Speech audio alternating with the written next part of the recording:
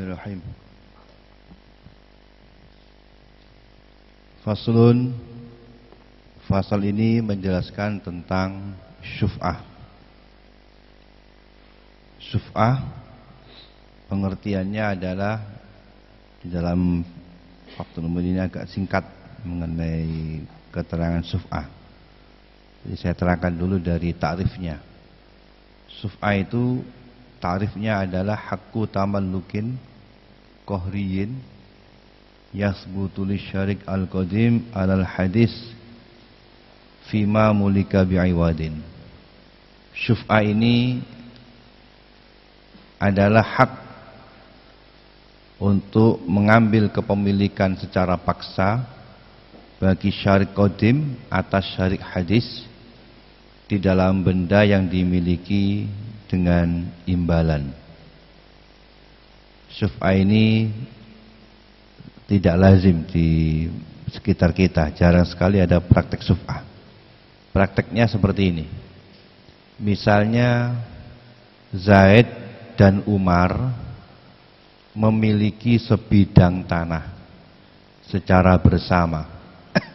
Namanya milku mustarak atau khultoh syuyuk. Misalnya Zaid dan Umar ini mendapatkan warisan dari bapaknya. Bapaknya mati, salah satu tirkanya adalah tanah. Maka ahli warisnya cuma 2 orang, anaknya tadi Zaid dan Umar. Berarti tanah peninggalan ayahnya itu milik berdua, milik Zaid dan miliknya Umar.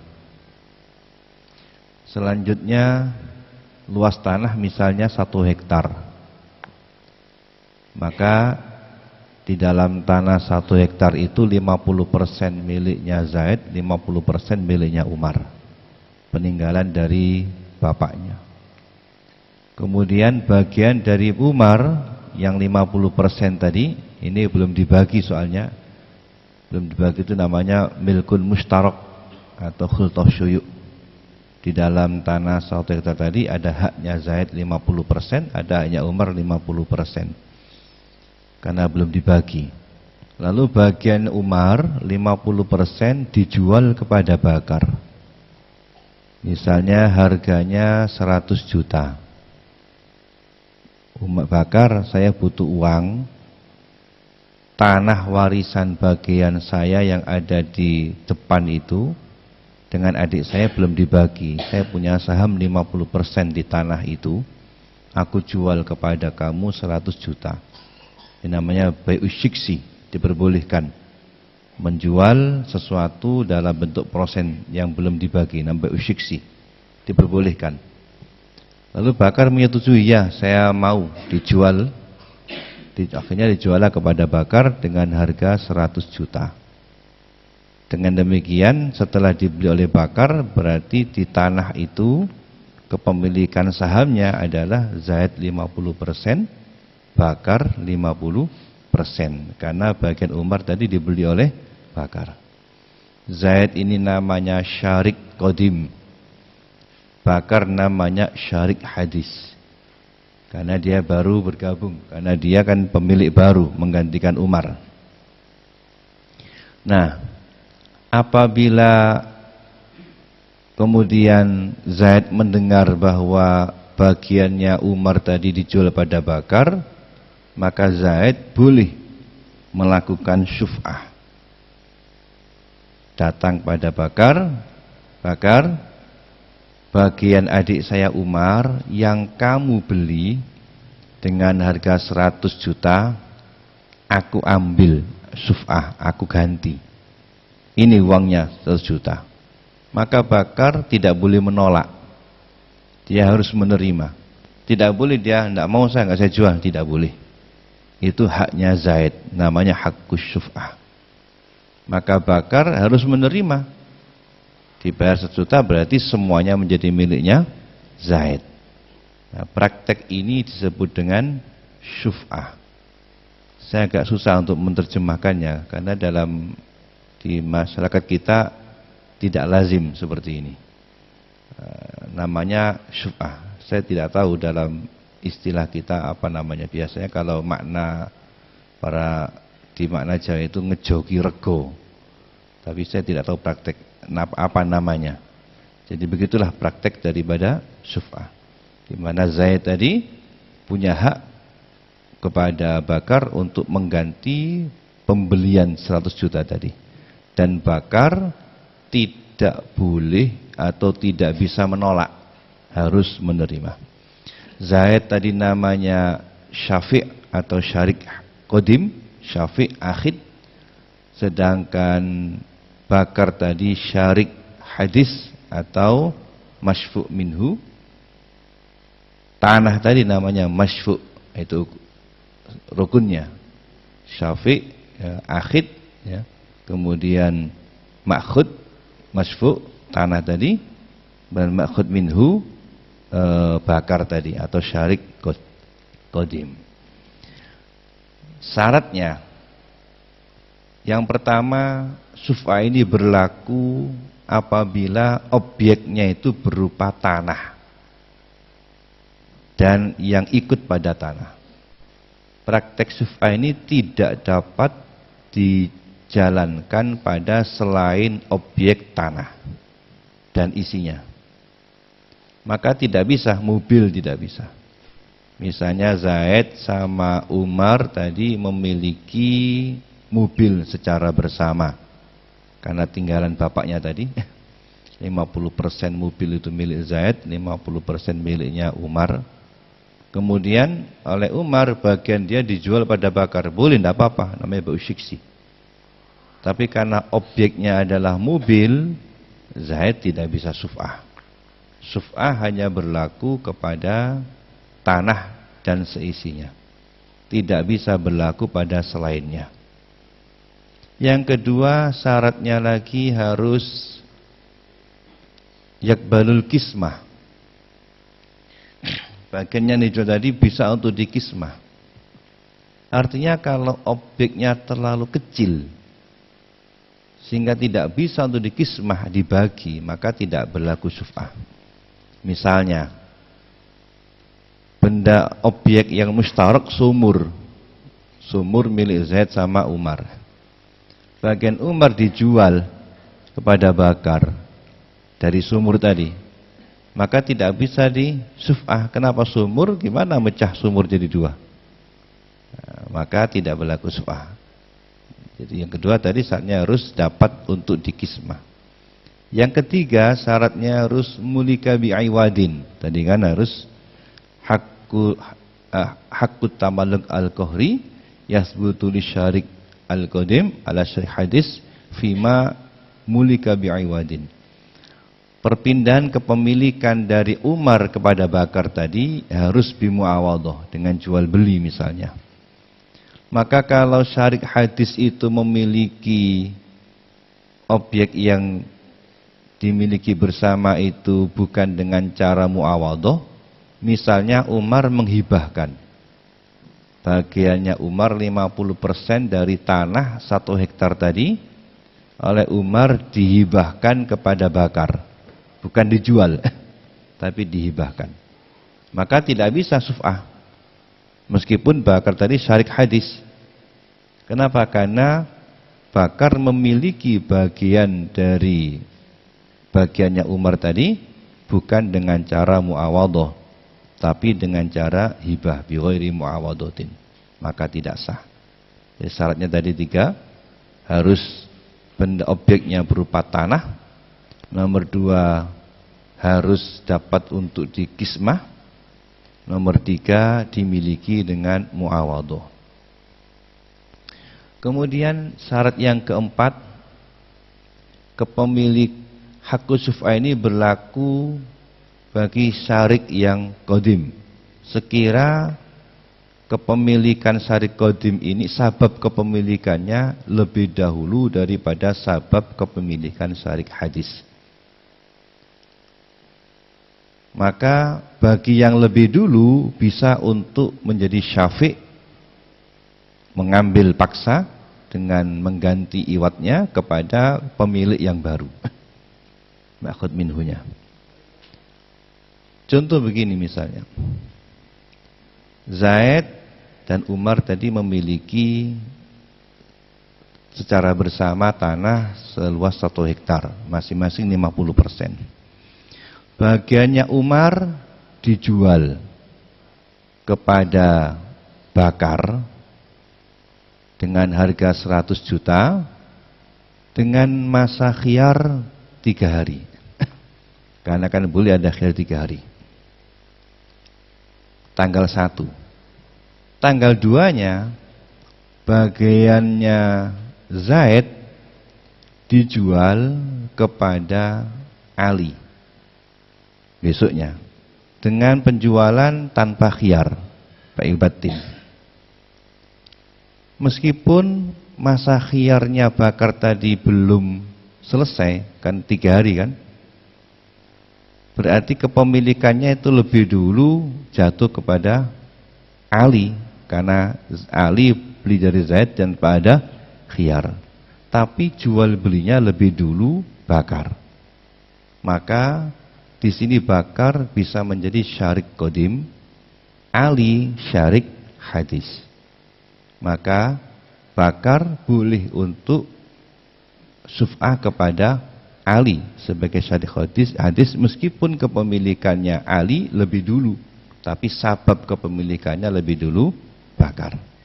Itu syarat yang keempat. Jadi 4 syarat daripada syuf'ah.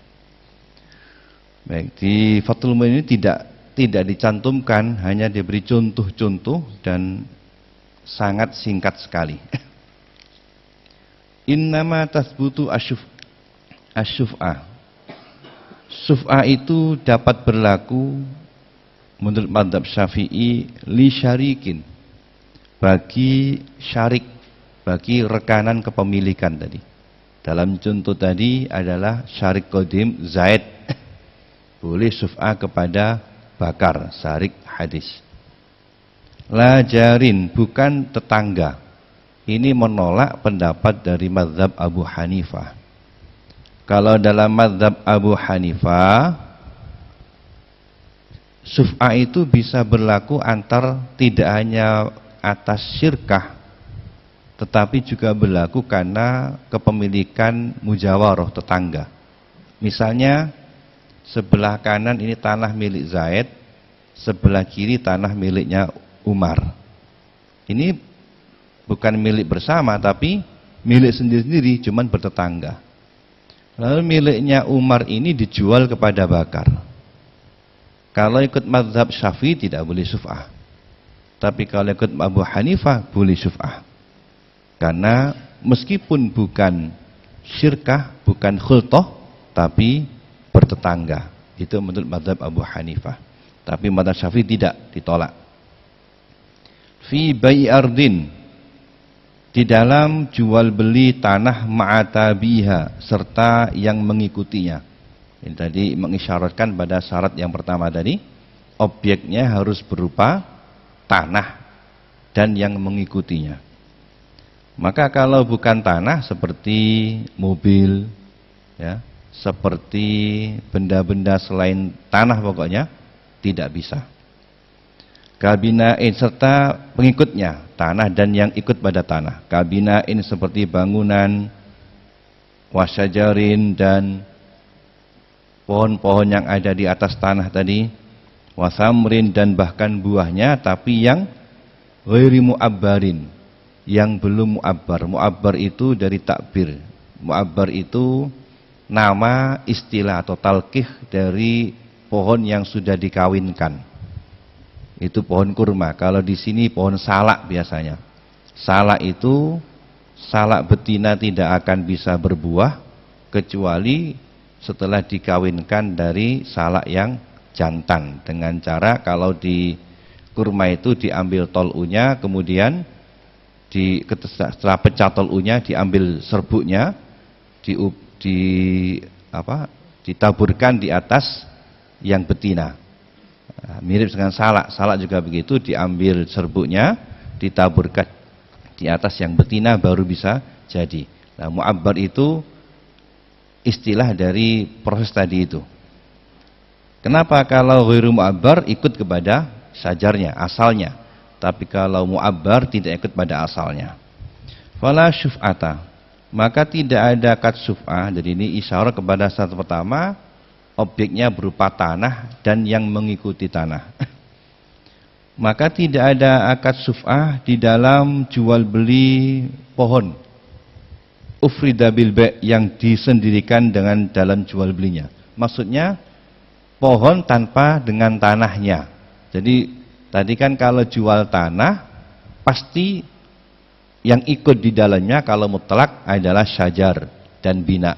Kalau ada orang menjual tanah tanpa ada syarat mengecualikan isinya, maka yang ikut dalam paket jual beli tanah itu yang pertama adalah bangunan yang ada di atasnya. Yang kedua adalah sajar pohon yang menancap di atasnya. Sekaligus dengan buah apabila belum mu'abbar, ya, belum nampak, belum zuhur. Kalau dalam secara umum belum zuhur. Tetapi kalau yang dijual hanya pohon saja, maka tanah tidak ikut. Oleh karena itu tidak ada syuf'ah bagi pohon yang disendirikan dalam jual beli, karena bukan objek tanah. Atau dijual ma'al maghrisi faqat, atau dijual beserta dengan tempat menancapnya, meskipun ada unsur tanahnya tidak bisa, karena ardunya tabik pada sajarnya. Sedangkan syuf'ah itu harus yang lain tabik pada ardunya. Wala, ini isyarat pada syarat pertama. Yang kedua, wala fi bi'rin, dan tidak ada syuf'ah di dalam jual beli sumur. Ini isyarat dari syarat yang kedua. Yang kedua kan syaratnya harus yakbalul kismah, dapat untuk dibagi. Nah, sumur tidak bisa dibagi. Ada sumur milik Zaid sama Umar. Sama Umar, punya Umar dijual pada Bakar. Zaid tidak bisa syuf'ah. Kenapa? Karena tidak mungkin untuk membagi sumur. Wala, sudah selesai. Syarat yang ketiga tidak ada di sini. Itu ada di taklifnya di fima mulika bi'iwadin tadi. Kemudian sekarang prosedurnya. Wala yamliku syafi' illa bilahzin. Dan syafi' itu berarti syarik qadim, akhid. Dalam contoh tadi adalah Zaid. Syafi' tidak dapat memiliki pada masyfu' kepada benda yang menjadi objek syuf'ah kecuali dengan segot syuf'ah. Ka'akhadtu bisyuf'ah, seperti kalimat akhadtu bisyuf'ah, aku mengambil dengan syuf'ah. Jadi Zaid tadi bisa untuk melakukan syuf'ah harus dengan segot, seperti kalimat akhadtu bisyuf'ah, aku mengambil dengan syuf'ah. Jadi saya agak susah menerjemahkan syuf'ah karena tidak lazim di sini. Ya, dengan syuf'ah. Nah, kemudian setelah dia menyatakan itu, sambut tadi. Dalam contoh tadi Zaid tadi datang kepada Bakar, dia datang Bakar, ini harus faur ya. Syarat yang keempat, 5 harus faur. Ya. Di sini tidak ada. Harus fauron. Fauron itu harus begitu Zaid mendengar, mengetahui bahwa bagiannya Umar tadi dijual pada Bakar dan dia ingin melakukan syuf'ah, harus segera mendatangi Bakar. Sama seperti hakur raddi bil aib yang kohri. Maka kalau dia menunda tidak boleh besok saja, padahal tidak ada uzur, maka habis haknya sudah. Harus segera datang pada Bakar, kemudian jangan ngobrol dulu, kalau ngobrol dulu habis masanya. Harus langsung menyatakan, Bakar, aku mengambil hak syuf'ah atas penjualan tanahnya Umar kepada kamu kemarin itu. 100 juta, ini uangnya tak kasihkan. Nah, maka kalau dia itu menyatakan akhadtu syuf'ah, maka dia telah menggunakan haknya. Apakah kemudian lantas otomatis tanah tadi menjadi miliknya Zaid dengan hanya mengatakan akhadhu hak syuf'ah? Tidak langsung. Bisa menjadi milik Zaid dengan yang pertama, satu daripada tiga hal. Yang pertama, dengan syarik qadim membayar tunai. Jadi ma'abadil sama mustari. Dia mengatakan aku ambil hak syuf'ah aku, lalu kemudian dia menyerahkan 100 juta sebagai ganti saman ketika Umar membeli kepada ketika Bakar membeli kepada Umar. Dengan begitu otomatis bagian daripada Bakar langsung berpindah kepada kepemilikannya Zaid. Atau yang kedua, meskipun tidak dibayar tunai, bisa dengan tidak tunai tapi biridho asyarik hadis. Aku ambil hasufaiku 1 juta tapi tak bayar besok ya. Oh iya, tidak apa-apa, langsung jadi miliknya. Atau kalau tidak, bisa dengan ketetapan hakim.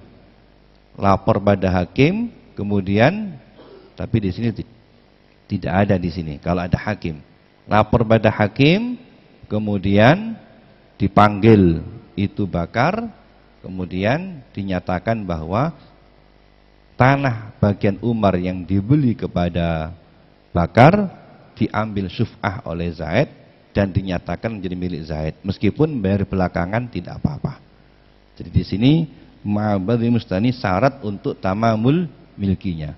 Tetapi kalau dia tidak sedang bayar, syuf'ahnya diambil tapi belum menjadi miliknya Zaid selama belum dibayarkan, kecuali kalau syarik hadis ridho atas penundaan pembayarannya.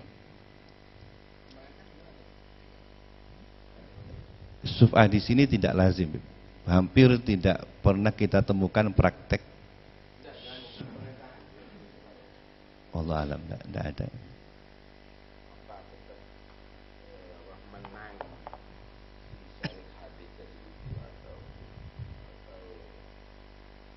Karena di sini tidak lazim, memang tidak, hampir tidak ada orang. Undang-undangnya nggak tahu ya. Nggak tahu.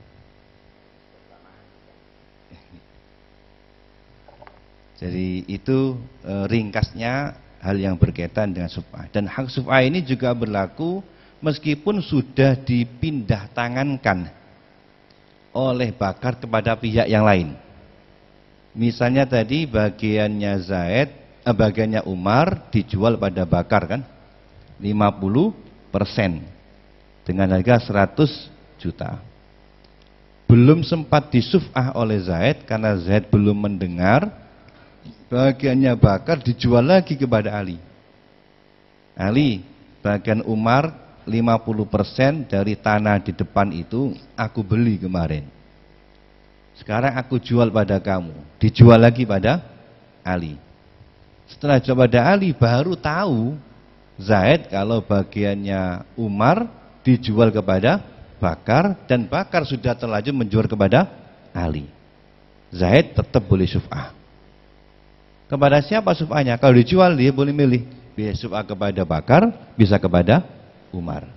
Tapi kalau misalnya tidak dijual, sudah dihibahkan oleh Bakar, bagiannya Bakar yang beli dari Umar tadi terlanjur dihibahkan, bahkan diwakafkan, tetap boleh syuf'ah kepada Bakar, dengan otomatis pemberiannya Bakar tadi dianggap batal. Maka boleh datang, Bakar, mana tanah yang kamu beli dari Umar kemarin aku syuf'ah. Kau beli 1 juta kan, ini uangnya. Sudah terlanjur saya kasihkan sama anak saya, ya batalkan sudah. Berarti otomatis batal sudah. Dengan dikasih tadi otomatis hibahnya Bakar pada anak tadi menjadi batal karena diambil syuf'ah oleh Zaid. Jadi Zaid lebih utama. Bahkan begitu.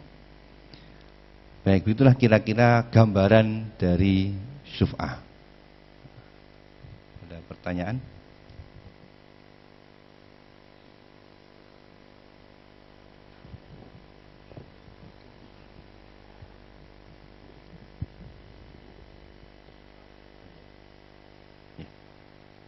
Ustaz, Ya. di Bangilan itu ada kios. Di apa? Bangilan. Bangilan. Oh ya. Kios itu ada tanahnya, ada bangunannya. Otomatis kios yang berderet-deret itu loh, itu tanahnya milik pemerintah, tapi bangunannya bukan pemerintah, artinya swasta. Kebetulan Disewa tanahnya. ini perjanjiannya kayaknya ya dijual dengan pemerintah. Enggak, tanah kan milik pemerintah. Swastanya milik pemerintah. Bangunannya milik orang lain, milik swasta. Milik swasta. Swasta tadi nyewa ke pemerintah. Ya berarti nyewa, tapi di situ ada akadnya beli dengan hak guna bangunan. Jadi hak guna bangunan. Yang beli swasta. Yang beli swasta. Swasta membeli ke pemerintah tanah tadi. Nah, hak guna bangunan ini beli hak guna bangunan. Jadi ada istilah sekarang kan surat hak milik, ada surat hak guna bangunan. Jadi maksudnya hak pakai. Oh, hakul bina. Iya. Maksudnya apa ini? Ya betul. Itu apa bisa dijual seandainya ayahnya Bangunannya. iya kiosnya itu. Nah, makanya kiosnya dari itu. Iya itu. Di tanah milik pemerintah, bangunan milik orang gitu. Iya milik swasta. Sebetulnya bukan gitu hak guna bangunan itu. Hak guna bangunan itu hak pakai. Jadi haknya Pak hak pakai setelah 20 tahun ya berarti milik pemerintah semuanya, bukan berarti bangunannya dijual. Ya. Tapi, jadi itu hak istilah hak bagi HGB itu, hak pakai itu. Ya berarti itu nyewa sama pemerintah. Ada masanya. Hah? Ada masanya. 20 tahun iya. Berarti nyewa tanah untuk bangunan berarti. Seperti itu. Jadi hak guna bangunan gini, tanah itu milik pemerintah. Iya. Hah? Dan rumah itu juga milik pemerintah sebetulnya, HGB. Karena itu Katanya, setiap 20 tahun ditajdid. Katanya rumahnya, bangunannya milik bukan pemerintah, swasta. Iya. iya. Jadi umpama diperbaiki, direvisi ya enggak apa-apa, orang itu yang swasta itu yang Ta'ala Abdul Qadir. Hak GB itu, hak guna bangunan itu istilahnya adalah hak pakai. Ta'ala enak. Hak pakai. Jadi hak pakai sebenarnya sewa berarti statusnya. tapi yang lazim itu kalau Iya dijual. Karena gitu. memang harus beli dari yang pemerintah. dijual bangunannya. Ada, jadi istilah itu Mas. Jadi ini tanah milik pemerintah, bangunan itu juga milik pemerintah. Iya. Tapi sertifikat di atas namakan ente. Iya. 20 tahun ente harus memperbaharui lagi. Ya, Namanya berarti 20 harus saya lagi. menjual objek yang saya sewakan berarti kan. Iya, sewa. Ya, jadi makanya statusnya itu sewa. Kalau menjual dalam arti melimpahkan sewanya boleh kalau begitu. Saya menyewa rumah 10 tahun, kemudian saya sewakan orang lain boleh kalau begitu. Jadi itu transaksi hak GB itu sebetulnya oper sewa. Nah, nanti dia tadi itu membeli kepada pemerintah tanah itu untuk dijadikan surat hak milik, kan gitu kan? ya. Ya udah begitu. Iya betul. Lazimnya kan dijual kan itu. Iya tadi ya, istilahnya aja, tapi oper sewa itu sebetulnya.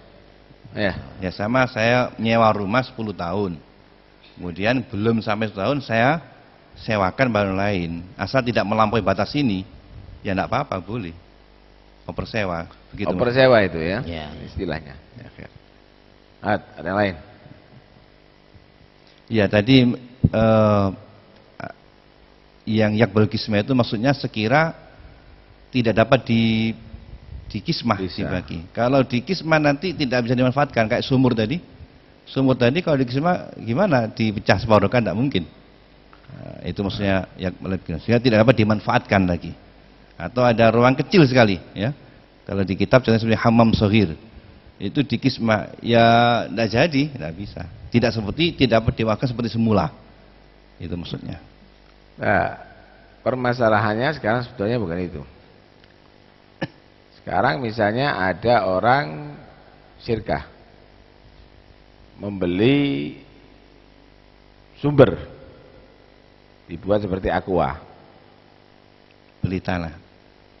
Beli syirkah, membeli sumber dibuat untuk beli. Ya, beli tanah maksudnya. Bukan tanah itu ya, sebetulnya sumber. Karena syirkah hanya berlaku pada tanah, tidak Sekarang berlaku umbulan pada dibeli. Misalnya sumber kan ini kayak syirkah ini berarti.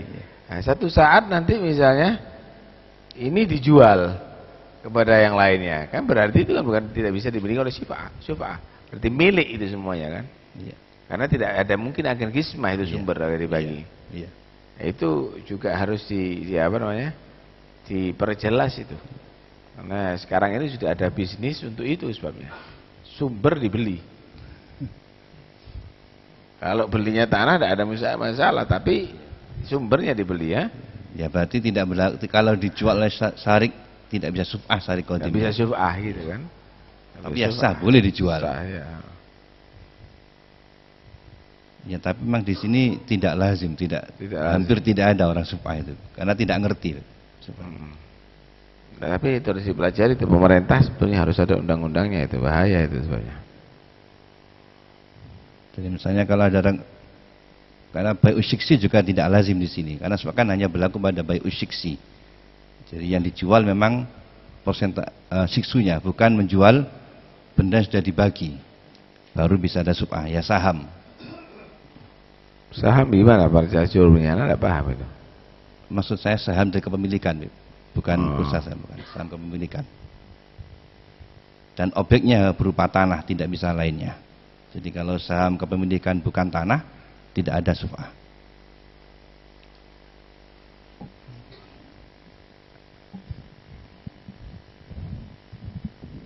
Ada yang lain?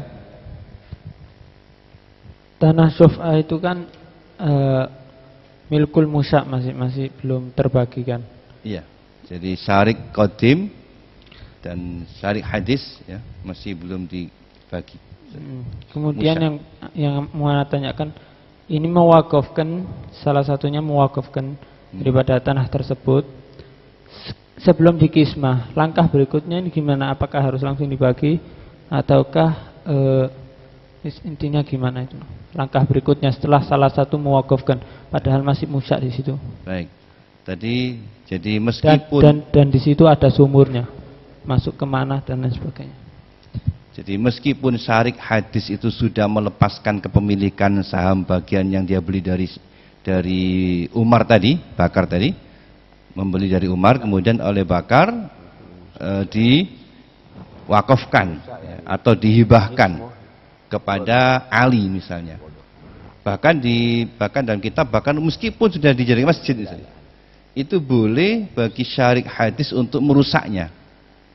Dengan disuf'ah otomatis batal sudah ini, tidak jadi, karena yang didahulukan hakul suf'ahnya. Misalnya tadi diwakafkan kepada Ali misalnya, lalu datang Zaid pada Bakar, aku ambil suf'ah, lu sudah kadung tak wakafkan kali, ya sudah batal, itu otomatis menjadi miliknya Zaid. Dan bahkan kalau dijual bisa milih, kalau jadi jual pada Ali maka Zaid bisa milih, bisa suf'ah kepada Ali, bisa suf'ah kepada Bakar. Bahkan di kitab kalau misalnya harganya Bakar murah, bisa ke Bakar aja lebih murah daripada yang ke Ali.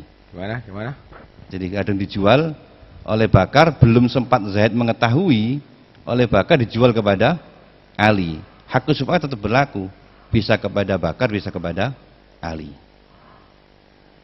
Oleh karena itu ada cara untuk menghindar suf'ah. Salah satu caranya adalah dengan cara jadikan samannya tadi ghairu maklum, maka tidak sudah tutup suf'ah karena ta'adzur sudah. Misalnya Umar tadi menjual bagiannya dia kepada Bakar, dijual dengan sesuatu yang tidak diketahui pasti ukurannya, dengan jizafan, dijual dengan misalnya dengan beras 100 karung. 100 karung kan tidak ketahui berapa timbangannya. Kemudian beras tadi diitlafkan, dicampur lagi, sehingga tidak ketahui berapa ukurannya. Maka Zaid tidak bisa suf'ah. Kenapa? Zaid tidak bisa mengganti samannya, karena samannya tidak maklum. Jadi salah satu cara bagaimana agar supaya Bakar Zaid tidak suf'ah, caranya iwatnya jadikan ghairu maklum, sehingga tidak bisa untuk di suf'ah lagi. Misalnya dengan jizafan itu ditukar dengan beras 1 karung. 1 karung kan tidak tahu berapa ukurannya, berapa timbangannya, belum suf'ah, kemudian berasnya tadi ditalafkan, sehingga Zaid kesulitan untuk menggantikan iwatnya, karena iwatnya tidak maklum sebelum ditimbang. sebelum ditimbang. Tapi makruh tapi. Hmm? Cuman makruh. Khila khila khurut minasufah. Iya.